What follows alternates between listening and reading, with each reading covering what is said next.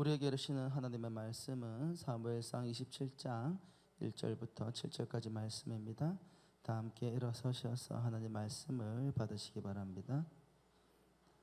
제가 봉독할 때에 마지막 7절은 한 목소리로 함께 봉독하도록 하십시다. 사무엘상 27장 1절부터 7절 말씀 구약 456페이지에 있습니다. 제가 먼저 읽도록 하겠습니다. 다윗이 그 마음에 생각하기를 내가 후일에는 사울의 손에 붙잡히리니 블레셋 사람들의 땅으로 피하여 들어가는 것이 좋으리로다. 사울이 이스라엘 온 영토 내에서 다시 나를 찾다가 단념하리니 내가 그의 손에서 벗어나리라 하고, 다윗이 일어나 함께 있는 사람 600명과 더불어 가드왕 마옥의 아들 아기스에게로 건너가니라.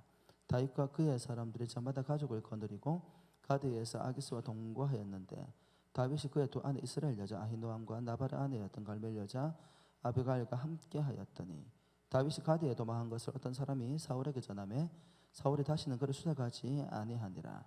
다윗이 아기스에게 이르되 바라건대 내가 당신께 은혜를 입었다면 지방 성읍 가운데 한 곳을 내게 주어 내가 살게 하소서. 당신의 종이 어찌 당신과 함께 왕도에 살리이까 하니, 아기스가 그날의 시글락을 그에게 주었으므로 시글락이 오늘까지 유다 왕에게 속하니라. 다윗이 블레셋 사람들의 지방에 산 날수는 1년 4개월이었더라. 박수 치셔도 됩니다. 제가 오늘 너무 은혜 많이 받았습니다. 너무 감사합니다. 잠깐 기도하겠습니다. 사랑과 은혜가 충만하신 하나님 아버지, 늘 고백하듯이 말씀을 전하는 자가 더 큰 죄인입니다. 부족한 종의 죄는 가리워 주옵시고 오늘 주실 바 은혜를 사모하며 말씀을 듣는 모든 백성들 위에 하늘로부터 내려오는 신령한 은혜로 채워 주시옵소서. 감사드리며 예수 이름으로 기도드립니다. 아멘. 사단이 마귀들을 모으고 경매를 했습니다. 사람을 유혹하고 사람들을 절망에 빠지고 결국에는 지옥에까지 들어가게 할 수 있는 가장 강력한 무기들을 전시를 쫙 해놓고 판매하기 시작을 한 거예요. 거기 뭐가 있었을까요? 걱정, 두려움, 욕망, 슬픔, 자만심, 교만, 미움, 증오, 하여튼 인생을 넘어뜨릴 수 있는 것들은 다 이렇게 널브러 놓았는데, 워낙 마귀의 수가 많으니까, 살려고 하는 수요가 많으니까 이제 제품들은 너무 많고, 제품들은 너무 많고 살려는 마귀의 수는 적으니까 세일을 한 거예요. 박앤 세일. 너희들이 원하는 대로 마음껏 들고 가가지고 마음껏 세상을 엉망진창으로 만들어라. 근데 유일하게 굉장히 고리타분하고 낡아 보였는데도 불구하고 절대 세일 불가라고 딱지가 붙어있는 상품이 하나 있는 거예요. 무엇이었을까요? 설교 1부 때 듣고 오신 분이 벌써 계시네 보니까. 아니면 책을 읽으셨거나. 낙심이라는 이 상품은 역사를 거스르고 초월해서 모든 세대에게, 심지어는 그리스도인들조차도 넘어지게 만드는 가장 효과적인 도구라는 것입니다.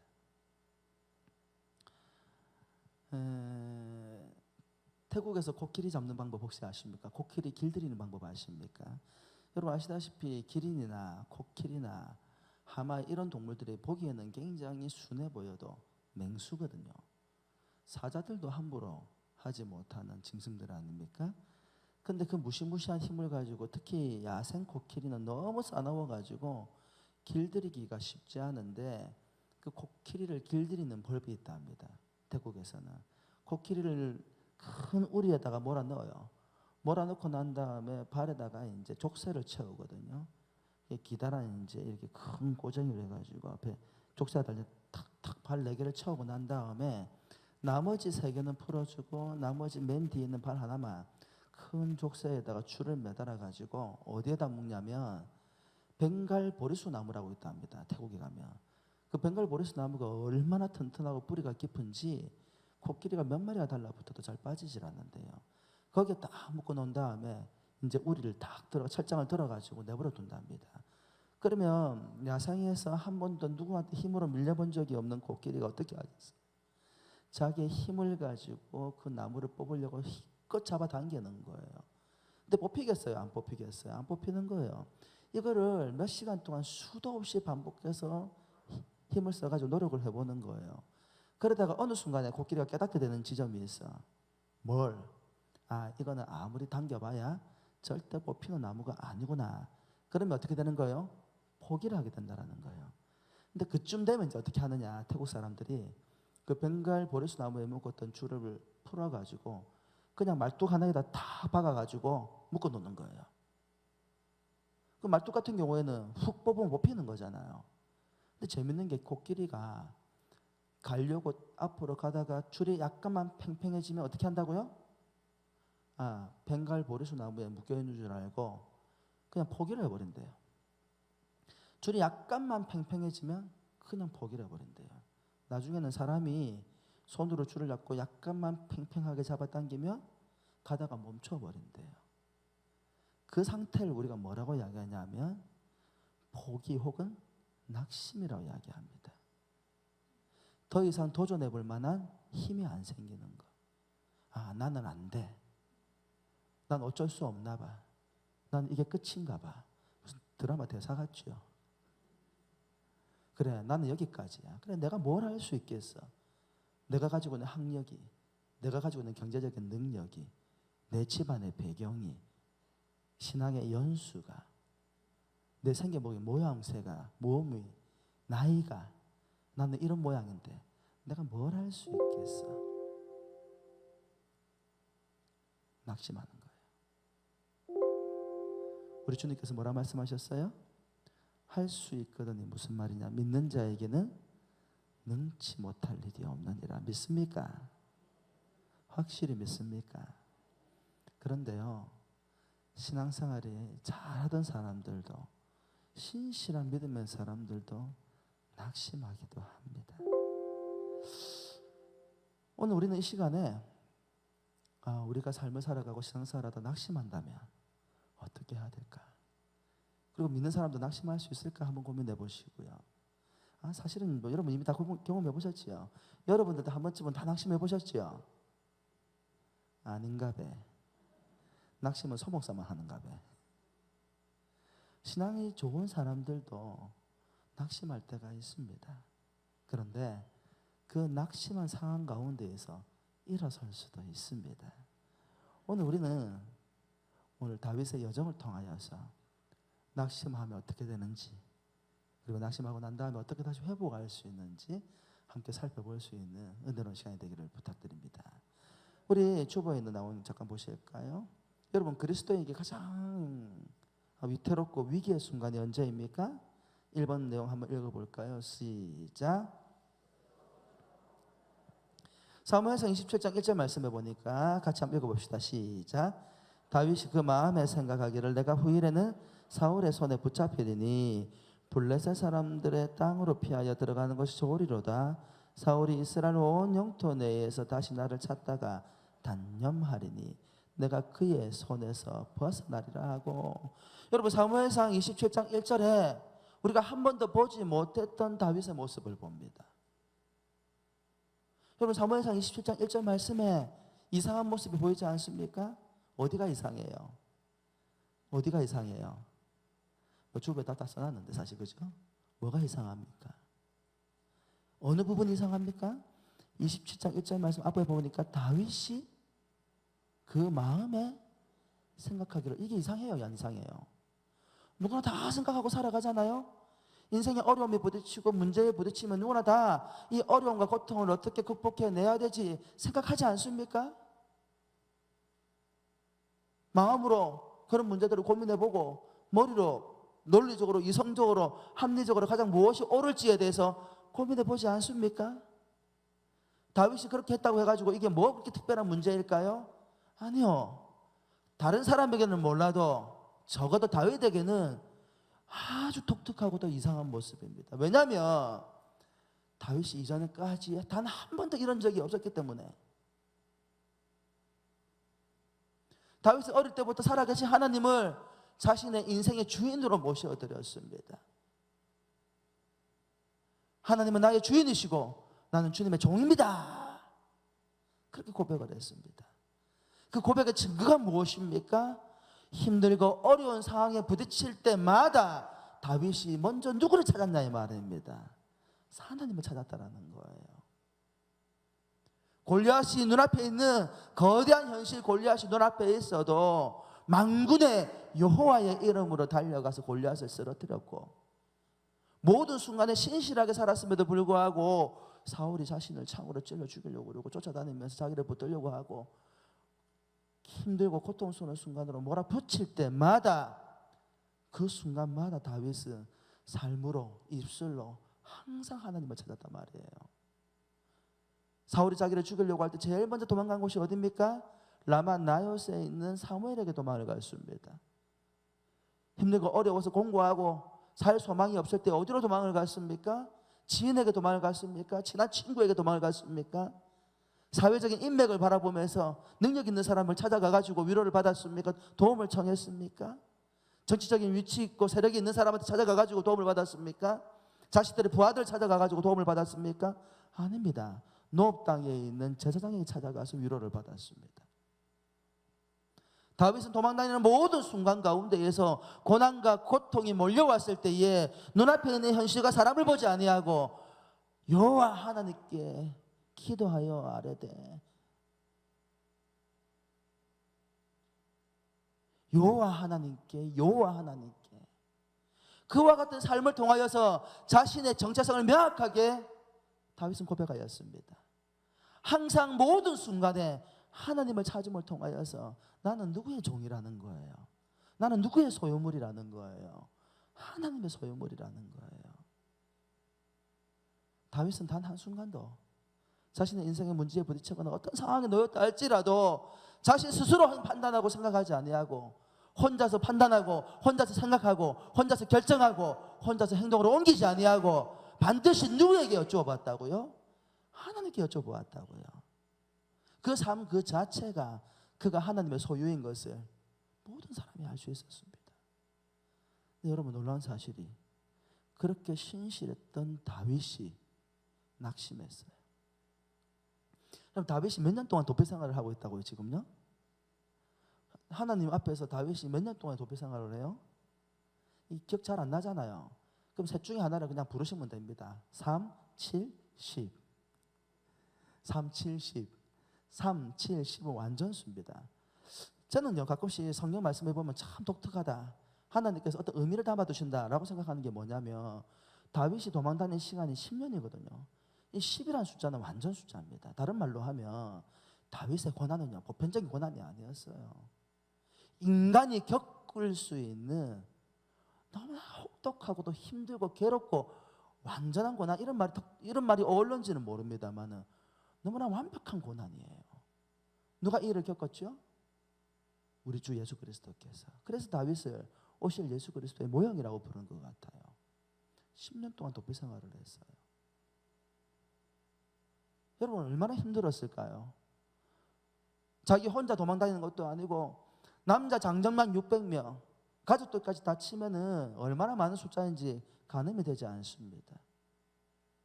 사울은 3,000명의 군사를 데리고 뻑하면 쫓아와가지고 죽이려고 하지요. 도대체 눈앞에 있는 현실 가운데 여기를 보아도 광야고 저기를 보아도 광야고, 하늘에 하나님께서 언제쯤 내 머리를 덮을 지붕을 주실런지, 언제쯤 내 몸을 편하게 누일 수 있는 이부자리를 주실런지, 언제쯤 가족들하고 단란하게 앉아가지고 식사라도 마음 편하게 먹게 하게 하실런지 도무지 기약이 보이지 않습니다. 우리는 성경 말씀을 알고 있으니까 10년의 세월이지요. 다윗은 마치 아브라함처럼 아브라함이 갈 바를 알지 못하고 하나님께서 인도하시는 대로 가보니까 가나안이었듯이, 다윗도 그 세월을 다 보내고 나니까 몇 년의 세월이었다고요? 10년의 세월이었어요. 언제쯤 이놈과 이 고난과 고통이 그쳐지는지 도대체 가늠도 못하고 지금 이 고난의 세월을 보내고 있는 거예요. 그러다 보니까 그 위대한 다윗, 그 신실한 다윗도 지치더라는 것입니다. 지쳐서 항상 그가 삶 가운데 먼저 여쭈어 보았던 하나님께 묻지 아니하고 어떻게 했다고요? 자기 스스로 생각하고 자기 스스로 판단하고 자기 스스로 결정을 내려서 행동으로 옮깁니다. 그 표현이 뭐예요? 다윗이 그 마음에 생각하기를. 그래서 생각한 내용이 뭔데, 사울이 저렇게 나를 죽이려고 하는데 어디로 도망을 가면 살까 생각해서 돌아보았더니 어디로 가면 되겠어? 블레셋으로 도망을 간 거예요. 왜 블레셋일까요? 왜 블레셋일까요? 여러분, 블레셋은 이스라엘의 원수 국가 중에 원수입니다. 서로 못 잡아먹어가지고 앙숙이에요. 이런 거죠. 서영년 목사가 이제 정치적인 야망이 있어가지고 대통령을 꿈꾸고 있단 말입니다. 좀 어울리죠. 전에 또 교회 애들 저보고 제 별명이 뭔지 아십니까? 이렇게 말하면 또 놀릴라. 저보고 김정일이라고 불렀어요. 네, 이렇게 웃을 줄 알았어요. 닮았습니까? 네. 생각을 해보십시오. 제가 정치적인 야망을 가지고 있는데 현 정권이 나를 너무 괴롭혀. 역사적으로 그런 사건이 실제로 있었죠. 그래서 내가 고민을 해보는 거야. 고민해보는 거야. 대한민국 땅에 살다가 내가 아무래도 죽을 것 같다. 어디로 도망갈까 생각해보니까 일본도 있고 미국도 있고 서방 세계에 많은데 여기는 절대 못 쫓아오겠지. 그래가지고 제가 북한으로 망명을 한 거야. 그러다가 정권이 사라지고 난 다음에 제가 다시 돌아왔어. 제가 대통령이 될 수 있을까요? 없을까요? 이거는 진보와 보수의 문제를 넘어서 가지고 국민적인 정서상 안 될 일이에요. 북한에 내가 망명으로 갔다 왔다 하는 이유 하나만으로도 이 진보 보수의 관계를 넘어서 가지고 안 돼요. 왜요? 북한은 적어도 지금 현재는 우리의 추적이기 때문에. 아무리 미워도 일본으로 가는 건 괜찮아. 일본도 거의 우리나라하고 지금 원수다, 그죠?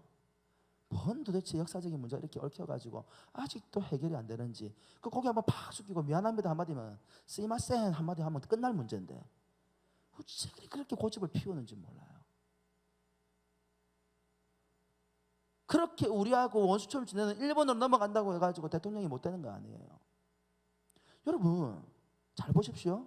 하나님 없이 다윗이 합리적이고 논리적이고 이성적으로 판단한다고 한 생각이 뭐냐? 여러분 재밌는 게 뭐냐면 하나님이 없는 인생은 이미 실패를 맛본 그곳을 다시 돌아가려고 하는 개항성이 있다는 거예요. 여러분 다윗이 블레셋에 투항해봤어요? 안 해봤어요?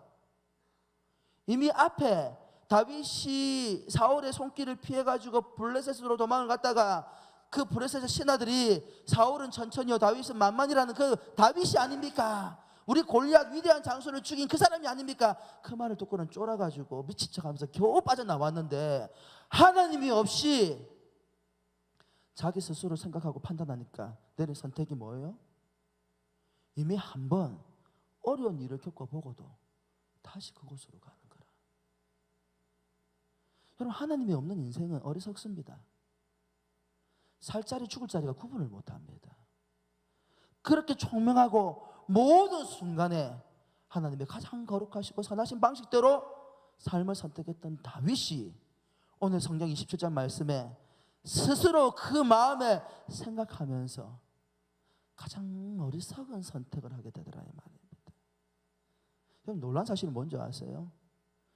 이 판단이 가장 어리석고 잘못된 판단임에도 불구하고 여러분 사무엘상 27장 4절 말씀 같이 읽어볼까요? 시작. 다윗이 가드에 도망한 것을 어떤 사람이 사울에게 전하매 사울이 다시는 그를 수색하지 아니하니라. 사울이 소문을 들은 거야. 누가? 다윗이. 다윗이 어디로 도망갔다고요? 블레셋으로 도망갔다고요. 왜 사울이 안 쫓아온 줄 아십니까? 사울이 아무리 사람을 다윗을 미워하는 마음이 있어도 사울의 눈에 보기에도 판단해서 뭐가? 다윗은 정치적으로 끝났다. 세상에 도망갈 데가 없어가지고 우리의 원수의 날에 도망을 가? 하하, 온 이스라엘 백성들에게 널리 알려라. 어디로 갔다고? 다윗이 블레셋에 망명을 했다고. 여러분 정치적으로 인간적으로 볼 때 육체적으로 볼 때는 살 길이었는지 모르지만 하나님의 위대한 나라 하나님의 통치하고 다스리는 하나님의 도성의 왕이 되어야 될 이 다윗의 삶에 있어서 이 순간은 가장 큰 위기의 순간입니다. 그리스도인들이 언제 위기를 만납니까? 힘들고 고통스럽고 어렵다고 하는 그때에 하나님께 나아가지 아니하고 자기 스스로 생각하고 자기 스스로 판단하고 자기 스스로 결정하고 행동으로 옮기는 순간 그리스도인들은 반드시 위기를 만납니다. 누가? 다윗뿐만 아니라 그 이전에 그 더 가장 오래된 역사를 통해 거슬러 올라가면 누가 그렇게 했는데요? 누가? 하와가요. 아담이요. 하나님께서 뭐라고 말씀하셨어요? 동산 중앙에 있는 모든 것들은 너희들 마음껏 누리되 동산 중앙에 있는 선과 악을 알게 하는 나무의 열매는 보지 말고 만지지 말고 절대 먹지 마라. 먹으면 죽으리라. 근데 누가? 마귀가 유혹이라는 무기를 들고 와가지고 하와의 귀에 속삭였잖아요. 야, 먹어봐. 저거 먹는 날에 네가 진정 눈이 밝아져가지고 하나님처럼 될 거야. 그때의 하와가, 그때의 아담이 살아계신 하나님께 묻지 아니하고 스스로 생각하고 스스로 결정하고 스스로 행동으로 옮긴 결과 선과 악을 알게 나무 열매를 따먹고 그로 말미암아 죄가 우리 안에 들어오고 저와 여러분들이 오늘 이 시대에 이렇게 고통과 괴로움 가운데 살아가고 있잖아요. 여러분, 그게 죄입니다. 하나님 없이 자기 스스로 생각하고 판단하고 결정으로 내리고 행동으로 옮기는 모든 것이 성경이 우리에게 죄라고 이야기하고 있잖아요. 놀라운 사실이 다윗은 낙심했고 낙심한 결과 그는 죄를 지었습니다. 누구 앞에서? 하나님 앞에서. 그러면요 어떻게 되는데? 당장은 괜찮아 보여요. 그 소문을 듣고 사울이 쫓아오는 것을 멈춰버렸어요. 와! 내 선택이 옳았어. 역시 사울이 나를 쫓아오는 건 이제 멈췄구나. 사실 알고 보면 멈출 수밖에 없죠. 사울이 아무리 지정신이 아니어도 블레셋까지 다윗을 죽이러 갈 턱은 없잖아요. 그래서요 그 다음에 다윗의 인생 가운데 무슨 일이 벌어졌는데요? 사무엘상 27장 8절과 11절 말씀 함께 볼까요? 시작. 다윗과 그의 사람들이 올라가서 구술 사람과 기르스 사람과 아말렉 사람을 침노하였으니 그들은 옛적부터 술과 애굽 땅으로 지나가는 지방의 주민이라. 다윗이 그 땅을 쳐서 남녀를 살려두지 아니하고 양과 소와 나귀와 낙타와 의복을 빼앗아 가지고 돌아와 아기스에게 이르매 아기스가 이르되 너희가 오늘은 누구를 침노하였느냐 하니 다윗이 이르되 유다 네겝과 여라무엘 사람의 네겝과 겐 사람의 네겝이니이다 하였더라. 다윗이 그 남녀를 살려서 가드로 데려가지 아니한 것은 그의 생각에 그들이 우리에게 대하여 이르기를 다윗이 행한 일이 이러하니라 하여 블레 사람들의 지방에 거주하는 동안에 이같이 행하는 습관이 있었다 할까 두려워함이었더라. 여러분, 다윗은 블레셋 땅에 영원히 머무를 생각이 없었어요. 단지 사울의 위기를 피해서 지극히 현실적인 선택을 했을 뿐이에요. 누구에게 묻지 아니하고 하나님께 묻지 아니하고. 그래서요 그렇게 하나님께 묻지 아니하고 인간으로 살 수 있는 최선의 선택, 최선의 판단을 했기 때문에 그의 인생은 더 나아졌나요? 아닙니다. 이번 타이틀 하나님을 떠나 스스로 생각하면 남는 것은 뭐밖에 없다고요? 고단한 삶밖에 없습니다. 여러분, 예수를 믿는 복이 무엇입니까? 사랑하는 은한교회 성도 여러분, 예수 그리스도를 믿는 믿음의 복이 무엇이에요? 가장 큰 복이 무엇입니까? 예수님을 믿으면 여러분이 누리는 가장 중요하고도 큰 복이 무엇이냐고요? 뭡니까? 너희를 향한 하나님의 계획은 뭐가 아니고 저주가 아니라 뭐라고요? 평안이라 하셨어요. 히브리어로 샬롬, 헬라어로 에이레네. 하늘에서 누리는 그 평화, 이 땅 가운데 무엇이 부족한 것이 없을 때에 마음이 충족하여 누리는 그 평화, 예수 그리스도를 믿을 때에 하나님의 나라에서 누릴 수 있는 무엇을? 평안을 우리에게 선물로 주시는 거예요. 그 평안이 어떻게 우리에게 주어집니까? 이 땅 가운데서 우리의 인생이 고난스럽고 고통스럽고 괴로울지라도 주 예수를 믿는 믿음을 가지고 있으면 그 주님께서 우리를 어디로? 모세도 실패했던 그 영원한 안식의 땅으로 우리를 인도해 주신다라는 거예요. 다윗이 비록 사울에게 쫓기고 있었습니다마는 성경이 명확하게 그렇게 다윗이 평안하였더라 일일이 표현하고 있지 않았지만 그 도망자 신세 가운데에서도 주님을 바라볼 때에 다윗의 시편을 읽어보십시오. 마음에 기쁨이 넘쳤고 마음에 평안이 넘쳤어요. 여러분, 예수를 믿는 증거가 무엇인지 아십니까? 예수를 믿는 복이 무엇인지 아십니까? 내 육체가 건강하기 때문에 마음이 편안한 게 아니에요. 내 필요한 모든 물질들이 나에게 충만하게 다 채워져 있기 때문에 우리의 삶이 평안한 게 아니에요. 내가 소망하고 꿈꾸는 일들이 다 이루어지기 때문에 평안한 것이 아니라 주 예수를 믿을 때에 그 그리스도만이 주실 수 있는 그 평안, 그 평화, 세상이 결코 줄 수 없는 그 은혜를 우리의 마음 가운데 부어주셨기 때문에, 할렐루야. 예수를 믿는 진정한 복은 이 고난과 고통의 삶 가운데에서도 기뻐할 수 있는 평안을 주시더라는 거예요. 여러분, 다윗이 평안했어요. 시편의 말씀을 읽어보십시오. 다윗의 시편을 읽어보십시오. 처음에 두려움으로 시작했던 그의 입술의 고백들이 뒤에 가면 할렐루야 주님을 찬양하리로다. 나를 안위하시고 나를 보호하시는 그 주님의 은혜를 노래하고 찬양했단 말이죠. 근데 지금은요, 사무엘상 27장 8절과 11절 말씀해 보니까 다윗이 아기스에게, 블레셋 왕에게 투항을 했으니까 자기가 진짜 망명한 사람처럼 보여야 될 거 아니에요. 그래서 어떻게 합니까? 그수엘 사람과 기르스 사람과 아말렉 사람을 침노하였다고 그랬어요. 이 사람들이 뭐하는 사람들인데 이스라엘 백성들을 출애굽해서 가나안 땅으로 갈 때에 그 여정을 막았던 사람들인 거예요. 한마디로 말하면 하나님께서 심판하신 민족이라. 특히 아말렉 같은 경우에는, 그죠? 길을 순전하게 가게 하라 하였음에도 불구하고 길을 막았다가 하나님한테 된통 오져맞았던 바로 그 민족 아닙니까? 뭔가 결과는 보여줘야 되겠고, 그래서 이스라엘의 원래 적대적인 관계에 있었던 그술과 기르스 사람과 아말렉 사람을 침노해가지고 거기서 오던 전리품을 누구에게? 아기스 왕에게 다 갖다 준 거예요. 블레셋 왕에게 다 갖다 준 거예요. 왕이 물어요. 도대체 이거 어디서 산 것들이냐라고 물었더니 이 유다 남방에 있는 유다 지파를 쳐가지고 내가 들고 온 것들입니다. 여러분, 다윗이 어느 지파 사람이에요? 어느 지파 사람이에요?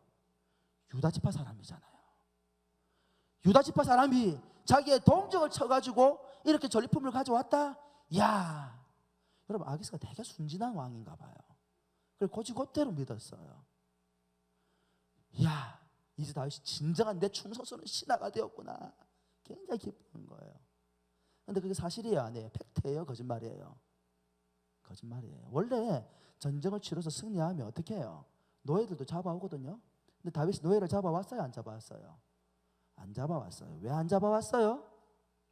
뽀록 날까 봐. 자기가 거짓말하고 있다는 것 들킬까 봐. 여러분, 놀라운 사실이 뭔지 아십니까? 다윗은 거할 수 있는 지붕을 얻었습니다. 비를 피할 수 있는 지붕을 얻었고, 편안히 잘 수 있는 침대를 얻었고, 자식들과 함께 가족들과 더불어 먹을 수 있는 식탁을 얻었지만, 여러분, 하나님 없이 그 스스로 판단하고 생각한 결과가 뭐냐? 거짓과 두려움이더라는 거예요. 하나님 앞에 정직하고 모든 상황 가운데에서 두렵지 아니하고 담대하고 평안하며 행복하고 주님을 노래했던 다윗의 삶 가운데 기쁨도 사라지고 평안도 사라지고 남은 건 뭐밖에 안 남았어? 거짓말과 두려움밖에 안 남았더라는 거예요. 언제 이 거짓말이 들통이 나가지고 블레셋 왕에게 쫓겨나거나 죽임을 당할 줄 몰라서 밤에 잠을 자지 못했어요. 몇 년 동안이나? 몇 년 동안이나? 우리가 읽었던 27장 7절 말씀 같이 읽어볼까요? 시작. 다윗이 블레셋 사람들의 지방에 산 날수는 1년 4개월이었더라. 무려 16개월, 1년 4개월 동안 다윗이 두려워하고 염려하면서 평안이 없는 삶을 살았다는 거예요. 여러분, 잘 보십시오. 그게 끝이 아니에요. 이 1년 4개월이라는 시간이 얼마나 많은 일을 겪을 수 있는 시간인지요. 그게 끝입니까? 아닙니다. 사무엘상 28장 1절과 2절 말씀 같이 읽어볼까요? 시작. 그때에 블레셋 사람들이 이스라엘과 싸우려고 군대를 모집한지라 아기스가 다윗에게 이르되 너는 밝히 알라. 너와 내 사람들이 나와 함께 나가서 군대에 참가할 것이니라. 다윗이 아기스에게 이르되 그러면 당신의 종이 행할 바를 아시리이다 하니 아기스가 다윗에게 이르되 그러면 내가 너를 영원히 내 머리를 지키는 자를 삼으리라 하니라. 어떻게 겨우겨우 모면하면서 아기스의 마음을 얻어가지고 살고 있었는데 어느 날 전령이 온 거예요. 뭐라고 전령이 왔어요? 야, 우리 전쟁한다고. 누구랑요? 이스라엘이랑. 이스라엘이랑 전쟁을 한대요. 이스라엘이 어떤 나라입니까? 하나님께서 자기를 왕으로 세우겠다고 하시는 그 약속의 나라 아닙니까? 여러분 놀라운 사실이 뭔지 아세요? 하나님을 신실하게 믿는 언약의 백성들이 하나님을 바라보지 아니하고 믿지 아니하고 신뢰하지 아니하고 눈앞에 있는 현실에 쫓겨가지고 살아가다 보면 그리스도인들이 놀랍게도 이방인들보다도 교회에 더 큰 대적이 될 수 있어요. 우리 뉴스에서 많이 보지 않습니까? 많은 기독교인들 때문에 하나님의 영광이 가려지고 교회가 손가락질 받는 거 보셨어요? 못 보셨어요? 그게 하나님께서 원하는 방법이었겠어요? 아닙니다. 그건 사단이 원하는 거예요. 여러분 하나님 떠나가지고 교회를 대적해 본 적이 있어요? 없어요? 하나님 떠나가지고 하나님의 영광을 가려 본 적이 있습니까? 없습니까? 없다고 말하고 싶겠죠? 나는 항상 교회 열심히 다녔고 신앙생활 잘했는데 정말로 그럴까요? 한번 이야기해 볼까요? 명절에 제사 지내는 시댁에 갑니까? 안 갑니까? 가요? 안 가요? 가서 설거지 해줘요? 안 해줘요?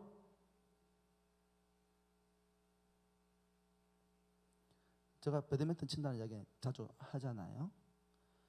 제가 운동을 하러 가가지고 처음에는 운동만 하러 갔는데 하나님 주신 감동이 있어가지고 그때부터 이제 그 사람들 전도하려고 애를 많이 썼는데 이제 같이 운동하던 친구들 가운데에서 약간 레벨이 있는 친구들이 있어요. 제가 레벨이 좀 높다는 소리죠. 어쨌든 그 친구들하고 같이 이제 운동을 하고 나면 남자애들 몇 명 있는데 같이 제가 항상 밥을 먹으러 가요. 다 40대 중반이에요. 희한하게도 그 친구 다른 사람 저보고 그냥 뭐 영영씨 이렇게 부르는데 그 친구들 항상 한결같이 저보고 목사님이라 불러. 제가 그냥 형이라고 부르려 하는데 어차피 제 이름도 형인데 서영 형. 근데 앉아서 이야기를 하는 거예요. 그 제가 이제 복음을 전하려고 하면요 뭐 이런저런 이야기들 많이 하는데 그 중에 한 친구가 단감동에 사는 친구인데 안 그래도 며칠 전에 저한테 전화가 왔던데 안부 묻는다고? 제가 목사님만 같으면 교회를 가겠어요. 제 자랑하는 거 같죠? 맞아요, 자랑이에요. 근데 어떻게 목사님만 같으면 교회를 오겠다 싶은 소리 하겠어요? 제가 맨날 밥 사주거든요. 그 친구들하고 밥을 먹으러 가가지고 제가 한 번도 그 친구들한테 얻어먹어 본 적이 없어요. 이유 불문이에요. 무조건 밥을 먹어야 돼. 먹은 놈은 말이 없어 하여튼 간에. 밥을 먹여놓으면 어쨌든 듣거든요. 복음을 듣지 뭘 듣지 들어요. 근데 이 친구가 어느 날 그런 이야기 하는 거예요. 그 친구가 전에 있던 교회에서도 자주 교회 놀러 왔거든요. 독실한 불교 신자예요. 근데 자주 교회 놀러 왔어요. 그러다가 어느 날 저한테 하는 말이 목사님 전 헷갈립니다. 뭐가? 내가 목사님만 같으면 교회를 다니겠는데 제가 교회를 싫어하는 이유가 있어요. 뭐 때문에 교회를 싫어하는데? 형수님 때문에요. 와, 형수가 딱딱 아니 그냥 듣는 순간에 머릿속에 이미 그림이 그려져.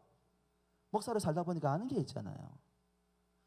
속으로는 주여 쉽지만 그래도 들어봐야 되겠다 싶어서 형수가 왜 뭐 잘못했는데? 형수만 집안에 오면 사단이 난대. 사단이 나. 자기는 예수 믿는다고 제사 안 지내는 거 다 좋다 이거예요. 와가지고 설거지를 하나 음식하는 걸 도와주기를 하나 이번 대빨 튀어나와가지고 가족들하고 말도 안 섞고 짜증이나 짜증은 다 부리고 집에 돌아갈 때는 음식 사준 것도 제사 지낸 음식 안 먹다면서 집에 던져버리고 가고 그래가지고 그것 때문에 부모님 마음 상하게 하고 부모님 마음 상하게 하니까 형제들이 좋겠어요 안 좋겠어요?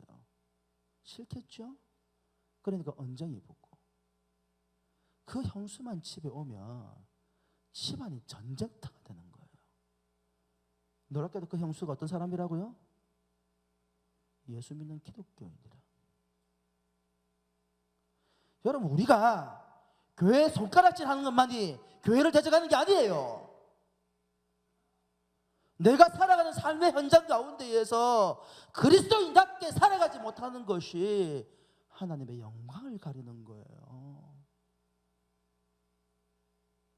믿음이 연약한 자들, 불신자들의 시험에 들지 않도록 그들에게 그리스도의 선한 영향력이 되고 복음의 통로가 되고 그리스도의 편지가 되는 것이 주님께서 우리를 부르신 삶의 목적이라고요.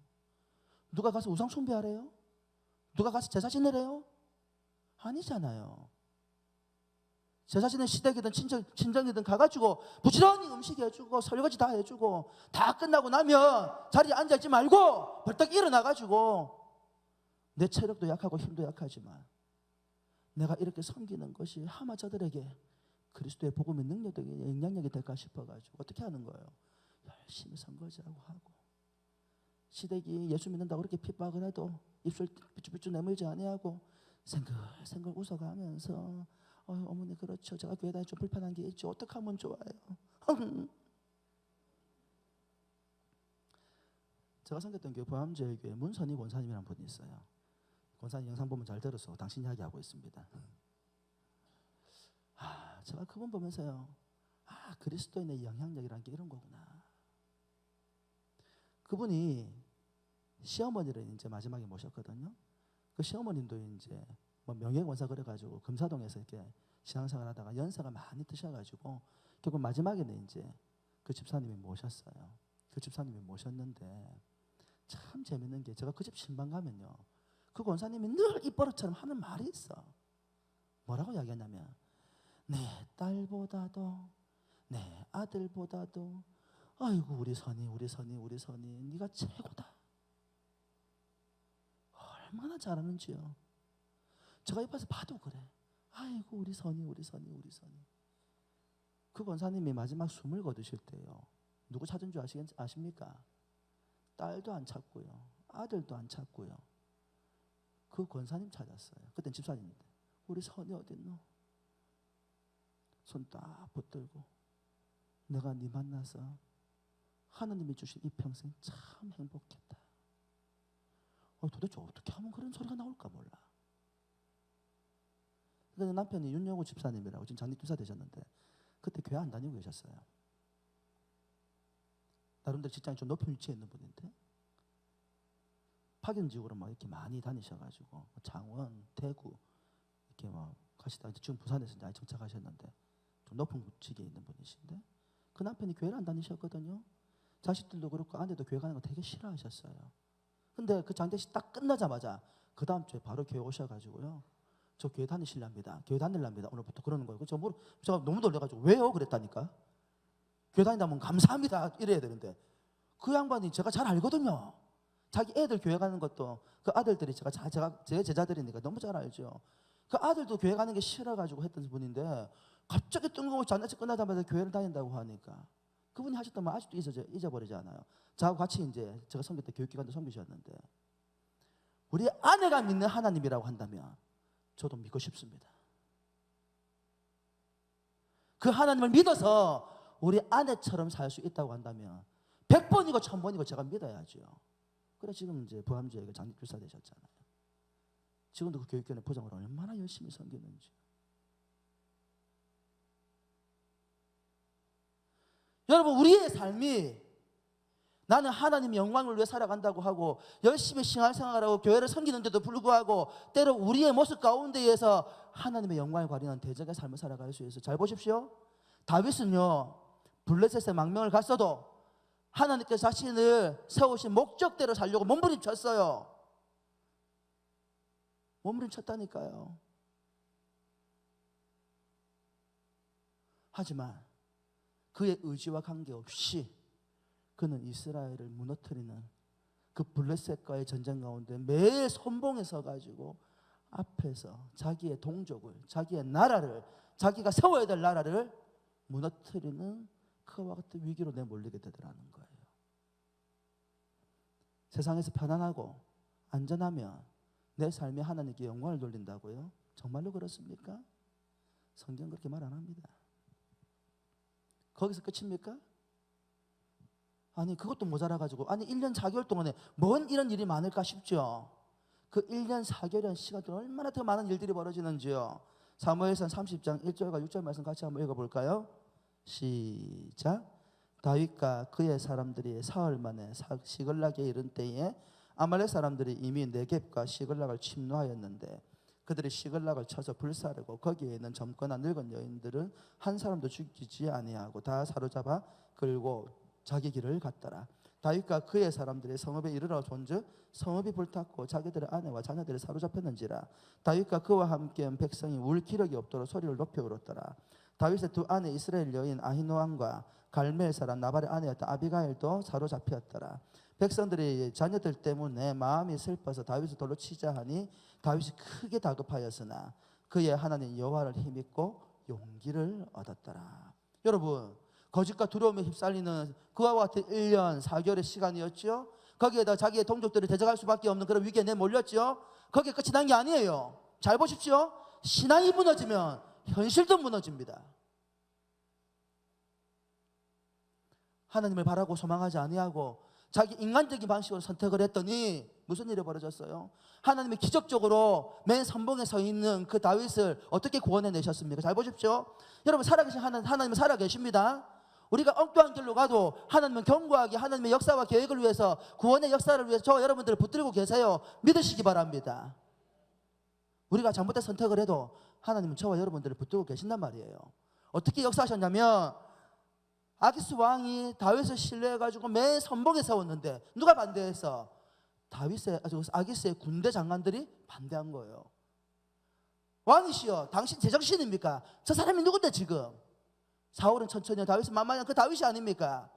왕은 총의할 줄 몰라도 우리는 저 사람 못 믿습니다. 앞으로 뛰어가다가 갑자기 뒤돌아가지고 우리의 목을 칠지 어떻게 합니까? 만일 다윗이 전쟁에 나가면 우리가 전쟁에 나가지 않겠습니다. 그래가지고 장군들이 반발하는 바람에 아기스 왕이 아이고 다윗아, 내가 너를 너무 총애하는데. 장군들이 반대해서 안 되겠다, 돌아가라. 여러분, 하나님이 거기 개입하신 거예요. 그건 이스라엘의 왕이 되어야 되기 때문에. 근데 돌아와 보니까 무슨 일이 벌어졌어요? 아말렉이 쳐들어와가지고 모든 식솔들을 다 잡아간 거예요. 가축이고 물건이고 아이고 여자고 다 데려간 거예요. 하나님 은혜입니다. 하나님이 다윗을 붙들고 있다는 증거예요. 다른 사람 같으면 다 죽었을 텐데 고스란히 그대로 데리고 간 거예요. 근데 그 모습을 보고 다윗의 군사들이 울다가 지쳐가지고 나중에 분노해가지고 누구를 죽이려고 그래요? 다윗을 죽이려고 합니다. 인간의 가장 지혜롭다고 생각하는 선택이, 가장 합리적이고 이성적이라고 생각하는 선택이, 하나님의 뜻과 관계없이 우리가 옳다고 믿는 신념대로 살아가는 그 판단과 계획이 결국 다윗을 가장 심각한 위기로 내몰았더라는 거예요. 여러분, 이 사건이 불과 1년 4개월 만에 다윗의 인생에 벌어진 일입니다. 하나님을 떠나면 이와 같은 고통이 우리의 삶 가운데 몰려옵니다. 하나님 없이 사는 삶이 더 재밌고 즐거워 보인다고요? 정말 그렇습니까? 고단할 뿐입니다. 다윗이 어떻게 이 문제로부터 회복이 되어졌지요? 사무엘상 30장 6절 말씀 읽어볼까요? 시작. 백성들이 자녀들 때문에 마음이 슬퍼서 다윗을 돌로 치자 하니 다윗이 크게 다급하였으나 그의 하나님 여호와를 힘입고 용기를 얻었더라. 여러분, 다윗이 지금 밑바닥까지 내몰렸습니다. 하나님을 떠나면 하나님께서 어떻게 하시느냐? 우리의 인생을 가장 밑바닥까지 내던지십니다. 그 밑바닥에 몰리니까 그제서야 다윗이 다급해가지고 누구를 찾았어요? 하나님을 찾으셨어요. 혹시 낙심하여 아직도 하나님을 찾지 아니하고 자기 스스로의 힘으로 살아가는 분들이 계십니까? 여러분, 주의하십시오. 하나님께서 여러분의 인생을 밑바닥으로 내모실 수도 있어요. 그 밑바닥에 내몰리면 우리의 입에서 비로소 누구의 이름이 나와? 하나님의 이름이 나와요. 여러분, 하나님 없이 살아가던 다윗, 그 1년 4개월 동안 자신의 힘으로 부둥부둥거리며 살아가면서 다윗이 한 번도 하나님을 찾지 않았어요. 희한하지요. 여러분, 낙심이 무엇인지 아십니까? 삶의 고난이 있고 고통이 있고 어려움이 있음에도 불구하고 살아계신 하나님을 찾지 않는 것이 영적인 낙심입니다.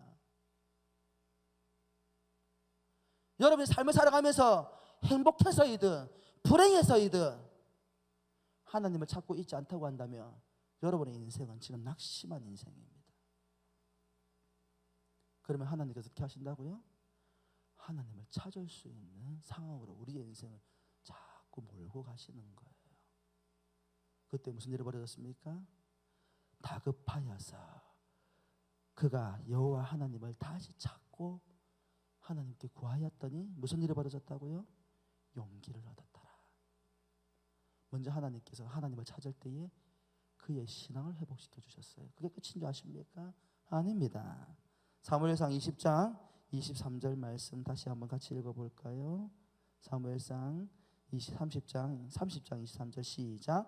다윗이 이르되 나의 형제들아 여호와께서 우리를 보호하시고 우리를 치러 온 그 군대를 우리의 손에 넘기셨은즉. 사무엘상 30장 16절부터 19절 말씀도 같이 읽어볼까요? 시작. 그가 다윗을 인도하여 내려가니 그들이 온 땅에 편만하여 블레셋 사람들의 땅과 유다 땅에서 크게 약탈하였으므로 말미암아 먹고 마시고 춤추는지라. 다윗 새벽부터 이튿날 저물 때까지 그들을 치며 낙타를 타고 도망한 소년 400명 외에는 피한 사람이 없었더라.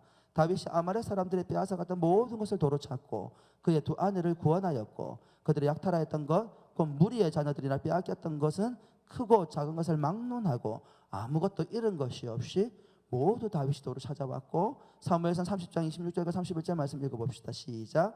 다윗이 시글락에 이르러 전리품을 그의 친구 유다 장로들에게 보내어 이르되 보라 여호와의 원수에게서 탈취한 것을 너희에게 선사하노라 하고 베델에 있는 자와 남방 라못에 있는 자와 얏딜에 있는 자와 아로엘에 있는 자와 신못에 있는 자와 에스드모아에 있는 자와 라갈에 있는 자와 여라무엘 사람의 성읍들에 있는 자와 겐 사람의 성읍들에 있는 자와 홀마에 있는 자와 고라산에 있는 자와 아닥에 있는 자와 헤브론에 있는 자에게와 다윗과 그의 사람들이 왕래하던 모든 곳에 보내었더라.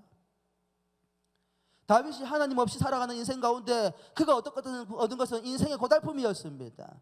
거짓과 두려움밖에 없었고 자기의 나라를 대적하게 되었고 그리고 자신의 가족들과 모든 것들을 다 빼앗기고 상실되게 되었다는 말입니다. 그러다가 하나님께서 그들을 인생의 밑바닥으로 밀어붙이시고 그 인생의 밑바닥 가운데 하나님, 주님, 제 인생이 공고하게 되었습니다. 어떻게 하면 좋습니까? 하고 여호와를 급하게 찾았더니 하나님께서 그를 찾아와 만나주셨고 할렐루야. 주님은 찾는 자에게 만나주시는 하나님이십니다. 만나주실 뿐만 아니라 그 빼앗겼던 그 군대들을 다시 회복시켜 주시고 다윗에 다시 신뢰감을 회복시켜 주시고 그 군대와 더불어 가가지고 아말렉을 치는데 밤새도록 쳐가지고 남은 자가 400명 말고 없고 블레셋에서 전리품을 얻었던 것뿐만 아니라 아말렉이 쫓아다니면서 전쟁을 일으켜서 빼앗아왔던 모든 것들도 다 가지고 돌아오게 하시고 자기의 것들 다 회복시켜 주시고 할렐루야. 더 풍성하게 하시더라 이 말입니다. 거기에서 끝인 줄 아세요? 다윗이 블레셋에 망명했다는 소문을 듣고 낙심했던 그의 동족들과의 관계도 하나님께서 회복시켜 주셨습니다. 주를 찾으면 다 회복됩니다. 할렐루야. 주님을 만나면 회복됩니다. 여러분 상황 가운데 어떤 낙심한 상황 가운데 있다 할지라도 무엇이 무너지고 무엇이 없어지고 무엇이 사라졌다 할지라도 다급하고 궁극한 순간에 여러분의 하나님을 찾으시면 하나님께서 다 치유하시고 회복시켜 주시고 강건케 하시고 충만케 하시고 자유케 하시고 여러분이 누리지 못했던 평안과 기쁨을 누리게 하십니다. 그분이 바로 여러분이 믿는 여호와 하나님이십니다. 우리 주 예수 그리스도이십니다. 여러분 주님을 찾고 계십니까? 모든 순간에 주님을 찾으시기를 주의 이름으로 축원합니다. 그 주님을 찾을 때에 주님께서 만나주십니다. 주님께 나아가야 길이 열어줍니다. 내가 길이요 진리요 생명이니 나로 말미암지 않고는 아버지께로 올 자가 없다. 아버지께로 가야 하나님이 약속하신 것들이 여러분의 삶에 보게 됩니다. 할렐루야. 그와 같은 은혜가 넘치시기를 주의 이름으로 축원합니다. 낙심한 분들이 계십니까? 다시 주님의 이름을 부르십시오. 예수의 이름을 부르십시오. 그때에 회복됩니다. 기도합시다. 오늘 시간 기도할 때에 하나님 말씀을 붙들고 간구합니다. 우리도 낙심한 상태에 놓여져 있지 않습니까? 힘들고 어려운 상황 가운데 놓여져 있음에도 주님을 찾지 아니하고 내가 생각하고 내가 판단하고 내가 결정해서 버둥버둥 세상을 살아가다가 신앙도 잃어버리고 하나님의 영광도 가리우고 삶은 피폐해져 소망이 없는 인생을 살고 있는 우리 모습들이 있지 않습니까? 다윗이 다시 여호와 하나님을 찾을 때에 하나님께서 그를 회복시켜 주시고 그의 신앙도 회복시켜 주시고 그의 삶도 회복시켜 주시고 깨어진 관계도 회복시켜 주셨습니다. 오늘 우리의 삶이 주님을 찾고 찾을 때에 이 모든 무너진 것들이 다시 회복되는 역사가 일어나게 하여 주옵소서. 우리 함께 통성으로 기도하십시다. 사랑과 은혜가 풍성하신 하나님 아버지 감사합니다. 오늘 이 아침에도 주님께서 우리에게 말씀을 통하여 위로하여 주시니 감사합니다. 우리가 낙심할 때에 우리가 넘어져 있을 때에 다윗이 주님을 다시 찾고 바랄 때에 무너졌던 모든 것들을 회복하시고 치유하셨던 그 은혜가 우리 사랑하는 성도들의 은혜가 되기를 소망합니다. 주여 주님을 찾고 찾으면 주님께서 만나주시고 우리를 회복시켜 주시고 치유하시는 하나님이신 줄 믿습니다. 오늘 낙심하여 소망이 없는 인생을 살아가던 우리 믿음의 가족들 다시 한번 주님을 찾게 하시고 주님께로 돌아가 그 크신 은혜와 능력들을 경험할 수 있도록 인도하여 주시옵소서. 감사드리며 예수 이름으로 기도드립니다. 아멘. 찬송가 353장 찬양하시면서 준비하신 예물을